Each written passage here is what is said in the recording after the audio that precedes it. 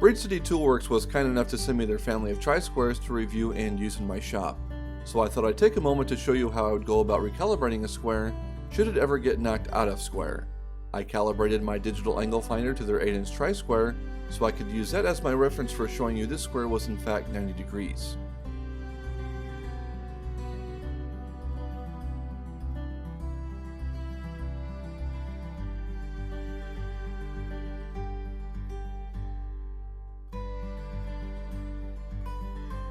After loosening the blade, I grabbed a piece of plywood and made sure it was large enough for me to clamp a speed square down to, while also being able to fully support the base of the tri-square.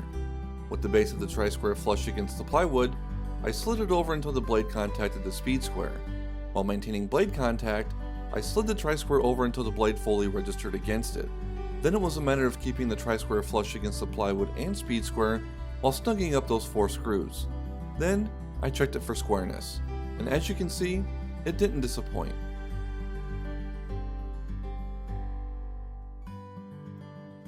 I'm rather pleased with these results and how quickly I was able to re-square this tri-square. And on that note, I'm going to call this video done. Be sure to hit that subscribe button if you haven't already. I'd like to thank you for watching, and until next time, take care and have a good one.